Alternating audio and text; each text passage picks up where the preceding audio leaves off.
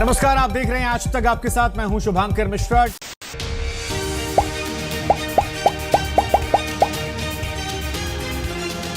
जी हां, वहीं पहुंच गए जहां से शुरुआत हुई थी। 6-7 साल पहले जब नौकरी की शुरुआत हुई थी तब भी नौकरी नहीं थी और अब एक बार फिर नौकरी नहीं है। बस इस बार चेहरे पर मायूसी नहीं है, चेहरे पर उम्मीदें हैं, मुस्कुराहट है। शायद आपका भरोसा था, इसलिए हौसला हिम्मत भी है।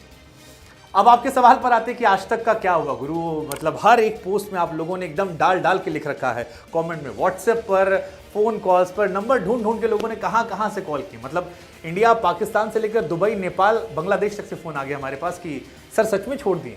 मतलब छोड़े तो हुआ क्या था, बता तो दीजिए कम से कम, हम साथ हैं। कई लोग हौसला अफजाई कर रहे थे, सर कोई टेंशन मत लीजिएगा, हम लोग हैं ना।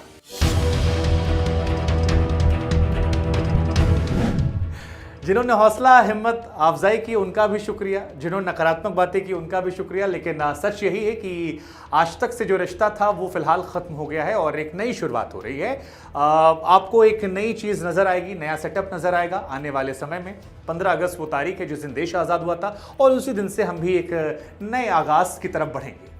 लेकिन गुरु बिल्कुल आसान नहीं था। मतलब बाकी छोड़िए, हमारे अपने पिताजी ने हमसे कह दिया कि यार एक काम करो यार, शादी ब्याह कर लो, उसके बाद नौकरी छोड़ना, क्योंकि आज तक छोड़ दोगे रिश्ता नहीं आएगा। बहुत रिश्ते आते और साल 2 साल से तुम मना कर रहे थे, अब लड़की वाले नहीं आएंगे। हमको समझ में नहीं आया कि इस बात को लेकर हम डरे या परेशान हो या ये सोचें कि यार आज तक देखिए शादी हो रही थी।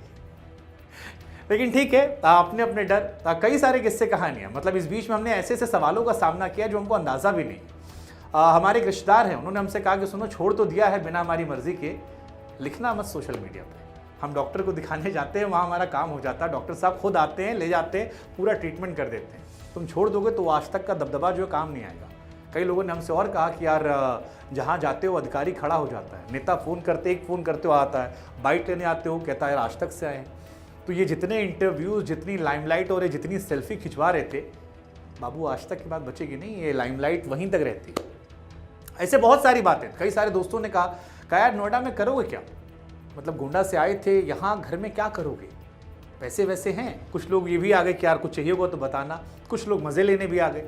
अब इसके बाद एक सवाल जो हमारे जहन में भी बार बार आया कि यार लोग सही पूछ रहे हैं यार कि यूपी के गोंडा से एक लड़का निकला, बिना किसी माई बाप के मीडिया में आया, पहुँचते पहुँचते आज तक पहुँच गया और अब इसमें इतनी हिम्मत हो गई कि ये खुद का सपना देख रहा है कि यार हम खुद अपना सेटअप खड़ा करेंगे, नौकरी देंगे और नौकरी करेंगे और आगे बढ़ेंगे। कहाँ से ये हो गया? हमने भी इसका जवाब तलाशने की कोशिश की। फिर हमको याद आया कि यार ये छोटे शहर के लड़के होते हैं ना, इनमें हिम्मत बहुत बड़ी होती है। और हम तो ऐसे भी इंजीनियर ठहरे, एक रात में पढ़ के पास हो जाया करते थे। तो वो जो पैनिक होता है ना यार, हम लोगों ने सीखा नहीं। और वैसे भी जब आए थे नोएडा तो कुछ लेकर नहीं आए थे। 10,000 रुपया पापा से लेते थे, एक कमरा लिया था, उसी में वॉशरूम था, उसी में छोटा सा किनारे किचन था, 3-4 हज़ार रुपये जाते थे रहने के।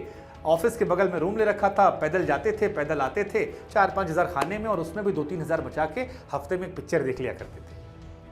तो जब 10,000 में गुजारा हो गया तो फिर हमको लगा कि अब जिसकी ज़रूरतें कम होती हैं उसके लिए राहें आसान हैं। लेकिन इस कहानी में हौसला हिम्मत जो है वो इसलिए है क्योंकि ज़रूरतें कम हैं। शुरुआत जो है वो बड़े मध्यम वर्गीय परिवार से होती है और सपने फिर बहुत बड़े होते हैं। आपको लगता है स्काई इज़ द लिमिट।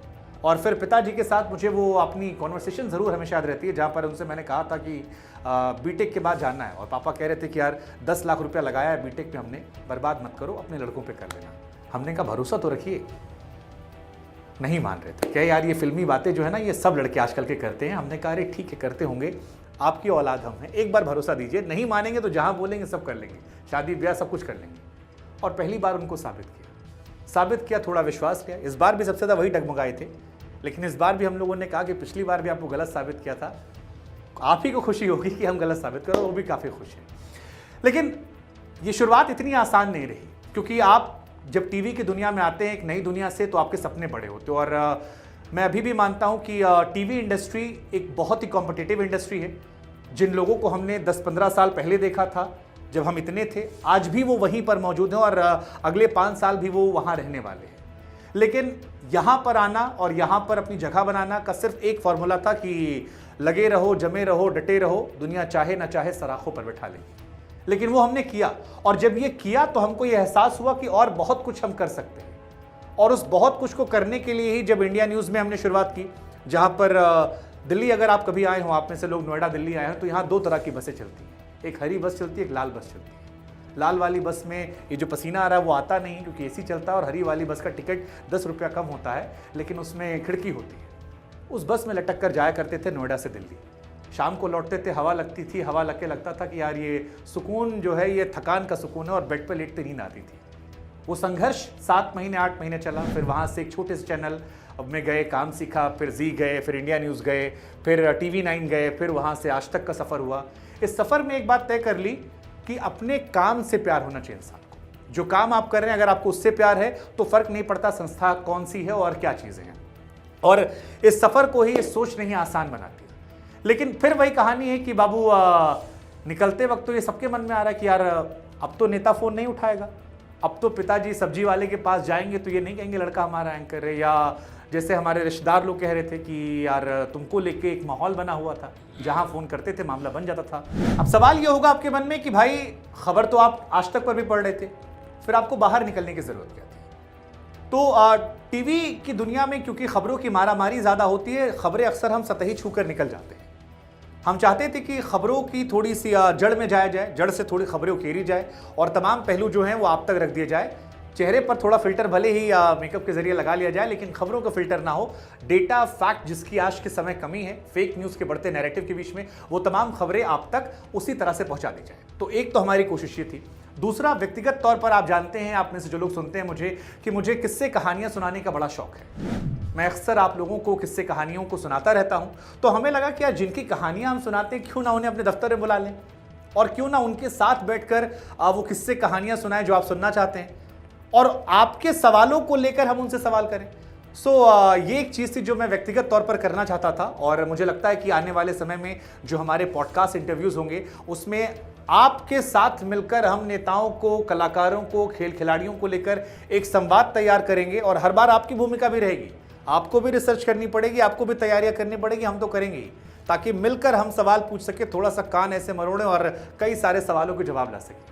इसके अलावा बहुत कुछ और भी है स्पोर्ट्स को लेकर, क्योंकि स्पोर्ट्स हम जानते हैं कि इंडिया में 3 चीज़ें हैं जो हर घर घर में चलती हैं। एक सियासत, दूसरा बॉलीवुड, तीसरा खेल, और इन तीनों को लेकर भी हमारी प्राथमिकताएं हैं।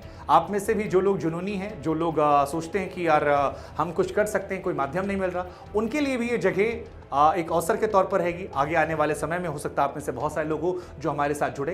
लेकिन मूल कोशिश ये है कि जो कुछ हम करना चाहते थे और जो कुछ हमारे ख्याल थे, उनको एक नए सिरे से, नए तरीके से रखा जाए। और वैसे भी किसी ने सच कहा है कि जिस ओर जवानी चलती है उस ओर ज़माना चलता है। तो अब जवान खून में थोड़ी सी हिम्मत, हौसला था, हमने कहा चलते हैं। बाकी सब आप लोग पर छोड़ रखा है, आप लोग चाहेंगे तो सराखों पर। अब सवाल ये है कि आज तक नहीं तो अब और क्या? तो उसमें हम आपको बता दें कि आती हमें केवल 2 ही चीज़ें, एक न्यूज़ पढ़ा हमने और दूसरा बुक्स को पढ़ा। तो हमें लगा कि दोनों को मिलाकर एक न्यूज़ बुक आपके सामने रख देते हैं, जहाँ पर खबरों से थोड़ी ज़्यादा जानकारियाँ आपको मिलेगी। हाँ, इसमें आपको स्पोर्ट्स की अलग स्पोर्ट्स बुक मिलेगी, क्राइम को लेकर क्राइम बुक, हेल्थ को लेकर हेल्थ, और आगे ऐसे ऐसे कारवा जो है बढ़ता जाएगा। लेकिन इसके अलावा कुछ चीज़ें हमने आपके लिए खास रखी। जैसे हमने खास रखा है, आजकल की दुनिया में खबरों को सतही तौर पर छूकर हम निकल जाते हैं, उसकी डेप्थ जानकारियां नहीं निकलती हैं। तो हमने एक टीम तैयार की है जो आपको डेप्थ एनालिसिस करेगी तमाम खबरों का, तमाम बिंदुओं का, जिससे आपकी जानकारियां जो हैं वो भी बढ़ेगी। क्योंकि हमें आपके समय की कीमत भी पता है कि अगर आप समय दे रहे हैं तो कुछ सीख कर भी जाइए। तो वैसी डेप्थ एनालिसिस वाली जानकारियां फेक न्यूज़ के दौर में आपको मिलेंगी, जिससे कोई आपको बताए कि ये नहीं ऐसा, तो आप कहेंगे नहीं ऐसा नहीं, ये डेटा ये ऐसा था। किस्से कहानियां हमने आपको खूब सुनाए हैं, लेकिन किस्से कहानियां अब तक हम सुनाते थे। अब जिनके किस्से कहानियां सुना रहे हैं उनको पॉडकास्ट इंटरव्यूज के माध्यम से आपके सामने हम ले जाएंगे। तो वो बड़ा दिलचस्प रहने वाला, उसको लेके बड़ा एक्साइटेड हूं। उसके लिए आप भी तैयार हो जाइए, क्योंकि मेहनत सवालों में आपको भी करनी है और बहुत कुछ है, धीरे धीरे आपको बताते रहेंगे। अब सवाल ये है कि इसमें आपकी भूमिका क्या रहने वाली है। तो देखिए जी, आपकी भूमिका इसमें बहुत महत्वपूर्ण रहने वाली है, क्योंकि ये हमारा जो लगभग 1 करोड़ का परिवार है, तकरीबन 50 लाख इंस्टाग्राम पर, 30 लाख फेसबुक पर, 1 लाख 10 लाख यूट्यूब पर, और ऐसे ही ट्विटर वगैरह वगैरह पर, ये आपकी वजह से हुआ है। नहीं तो गोंडा से आए एक मध्यम वर्गीय परिवार के एक लड़के को, जिसके उसको क्लास में लोग नहीं पहचानते थे, आज देश के तमाम हिस्सों में, देश से बाहर भी लोग पहचान रहे हैं। तो इसमें भूमिका आपकी है। और इसके लिए मैं आपका शुक्रगुजार भी हूं, क्योंकि आप अपना समय निकालते हैं, हम आपके मैसेजेस का रिप्लाई नहीं कर पाते हैं, आपके पोस्ट पर चाहकर भी सबको जवाब नहीं दे पाते हैं, लेकिन इसके बावजूद निरंतर आप जुड़े रहते हैं। आप में से कई लोग कहते हैं सुबह उठते हैं पहला वीडियो आपका देखते हैं। सो ये जो प्यार, ये जो आभार, ये जो भरोसा है, इसके लिए हम तहे दिल से आपके शुक्रगुजार हैं, आपका शुक्रिया अदा करते हैं और आपसे एक गुजारिश करते हैं। गुजारिश ये है कि अभी नई शुरुआत है और नए शुरुआत में जो पिंडदान होता है वो सबको करना होता है, तो हम चाहते हैं कि शुरुआत में आप हमारी मदद करें।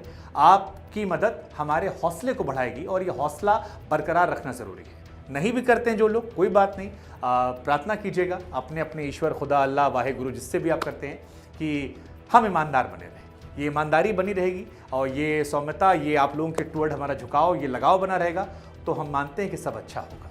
आशीर्वाद बनाए रखिएगा।